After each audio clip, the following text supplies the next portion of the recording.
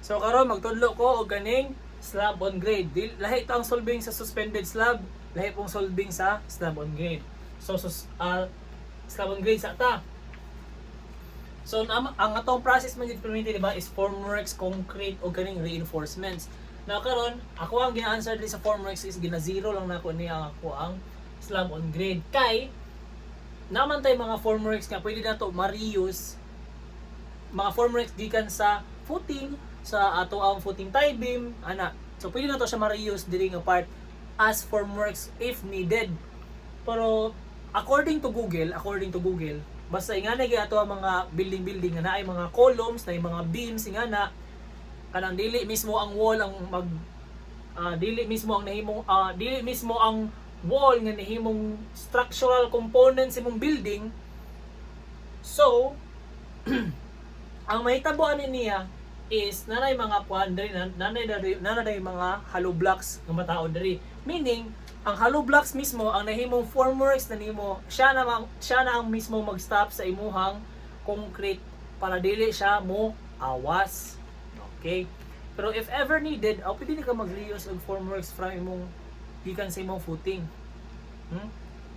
So mo na siya mag-solve ta. So skip na tong formworks. Ako zero na ko na siya. So una concrete. So sa concrete volume lang man, di ba?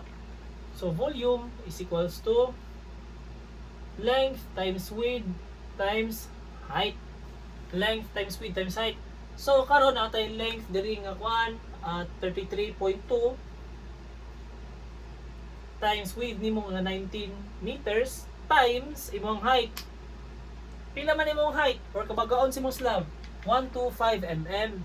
Pero naka mm man siya, you have to convert it into meters. I-convert sa nimo na siya into meters. So 125 divided by 10 divided by 100. So naa kay 0.125 meters. So 33.2 times 19 times 0.125 is 78.85 cubic meter. O mo na ni siya.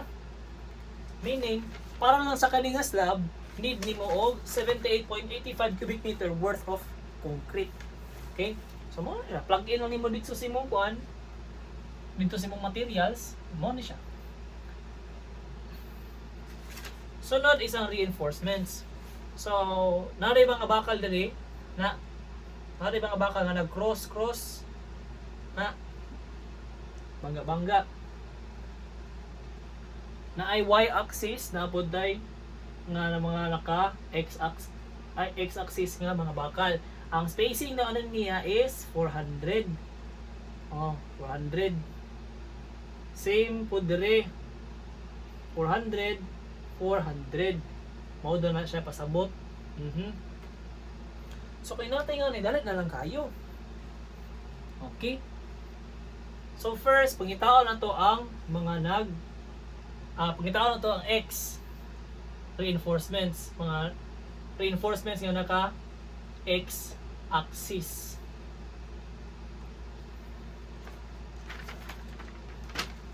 So in terms of X, natay ani no. So pila daw ka buok na ana nga bakal. So basic ka kayo. 19 meters divided by 0.4. Di ba? Ana lang.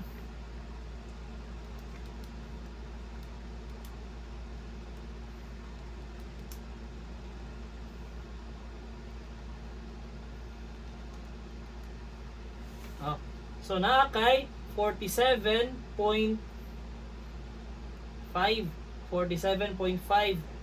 nga mga nag-ana nga bakal na paguman kung 47.5 nga bakal nag-ana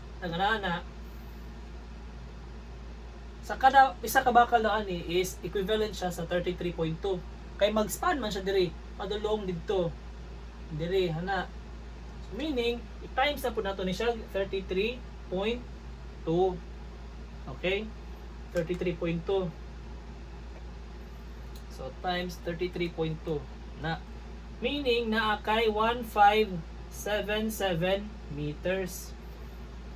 Para sa imuhang X nga mga bakal, ganing mga bakal nga naka X axis nga naka ngani ang birada, ang worth doon niya is 1577 meters. Sunod, pagkita na to si Y reinforcements. Sunod, Y reinforcements no. Na Y reinforcements. Sunod, pagkita na po na ito ang bakal nga nag-ana-ana na pod. So, ang buhato na to is i-divide ang 33.2 divided by ibang spacing which is 0.4. 33.2 divided by 0.4. Nakatay makuha nga 83. Meaning 83 daw ka buok nga nag-ana-ana ang mga bakal. Then sa kada isa ka bakal from here to here is equivalent to 19 meters. Times na mo nag 19 meters na. So 83 times 19 na kay 1577. Pag uman i-add ni mong duha, so 1577 times 2 na kay 3154. Now, base sa kaning explanation, maka-create og formula para mas madali atong kinabuhi. So let's say diba gi-add ba na tong x ang value sa x o y. So makaingon ta nga x plus y is equals to the total length of rebars. Pag human, bungkag na ito ng x and y.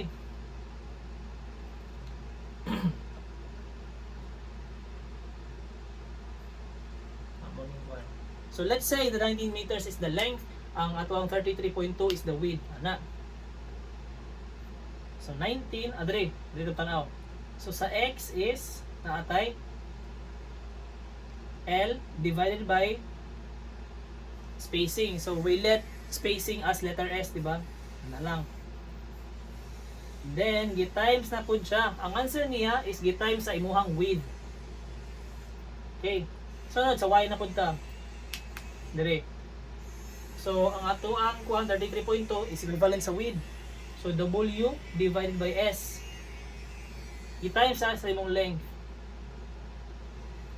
is equals to the summation length, total length.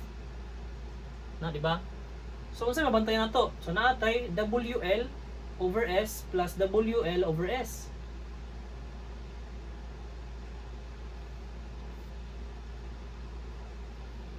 WL over S. So meaning naman ni siya mga coefficient nga 1 diri. So pwede ta makaingon nga 2 times WL over S. Meaning ang answer niya is kani. Muna na siya. So i-try na to. 2 times pila man tong W? 33.2 times 19 divided by 0.4 ang spacing.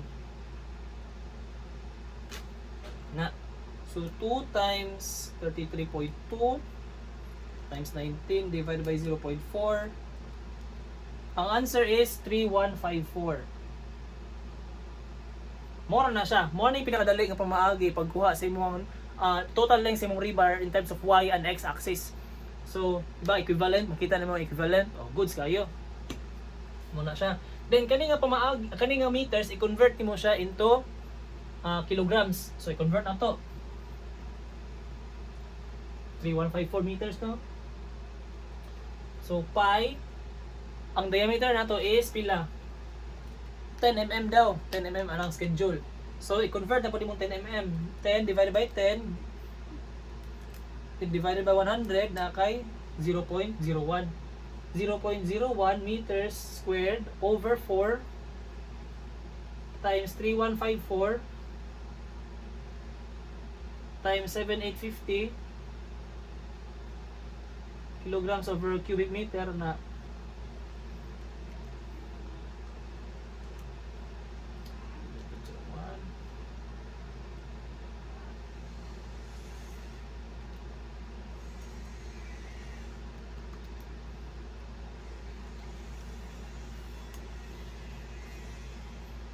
so naano tay 1944.56 kilograms worth of rebar para lang dire na una siya ang pasabot dire. Sa tanang bakal i-add mo in terms of kilogram na kay 1944.56 nga na tawag nga bakal worth in terms basta mo na siya kabug-aton. So mo na siya may plug in dito sa reinforcements kilograms. Sunod, need po nato GI tie wire, di ba? Ang tie wire. So ang tie wire if ingani ana natay 4 kabuk diri, 4 kabuk bakal ana. So therefore hektar man ni kada isa, di ba? So 4 times 4 na kay 16 ties. So karon na po ko na-create na formula para lang gid ani. Para lang ani nga pamaagi. So unsa gito gani? Dara. Mo ni siya.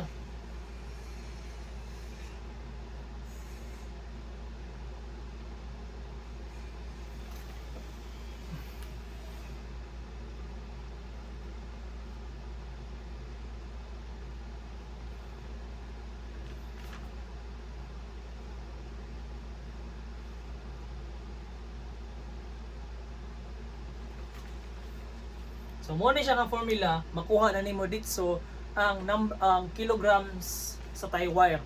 Tie wire ha. So man ni gikan ako gi-derive. So first pag-solve sa ta kani nga pamaagi. Ipaguman pangitaw nato ang manual nga pamaagi if same ba sila. So length nato na atay 19.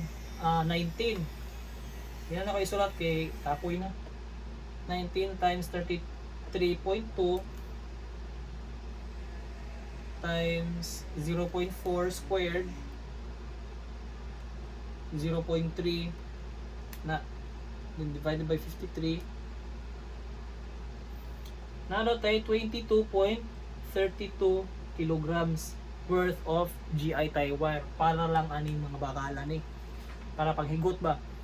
So mo ni siya 22.32 butang ko dre 22.32 kg tie wire na. So unsaon man nato pagkuha in terms of manual nga pamaagi. So kabalot ha. So in terms of x naa daw tay 47.5. Ay mali. In terms of x naa daw tay 47.5, di ba? So gyud sa nato pagkuha. So length divided by spacing. So L divided by S. Ano lang eh? Okay.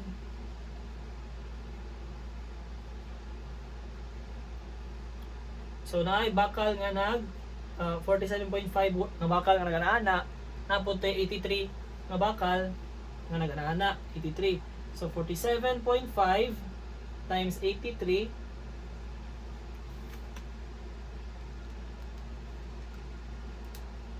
naatay 3942.5 times nga maghigot ka ties. So karon i-convert nimo ni siya into meters. So times nimo 0.3 meters sa kada sa isa ka hikot is worth 0.3 meters times 0.3 na so na kay 1182.75. Pag uman meters na ni siya no, i-convert nimo siya into kilograms, divide mo na og 53. Ang mogawas ana is 22.32 kg. Equal sa sila gamit akong formula ang gamit kani. Equal ra. So pwede na mo gamit ato nga formula tong gibuhat nako.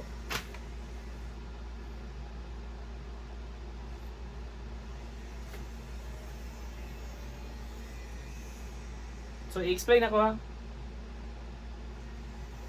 First gipangita nato ang kaning the number of x nga bakal nga nana. So L divided by spacing. Na. Sunod ipangita na po natong bakal nga nag-ana in terms of y. So natay W divided by spacing, oh. W divided by spacing. Na then gitimes nato siya 0.3 para ma-convert into meters. then gi-divide og 53 para ma-convert into kilograms. Ang 53 is constant na siya sa libro. So S times S na kay S squared. WL S squared 0.3 53. Ano ang formula?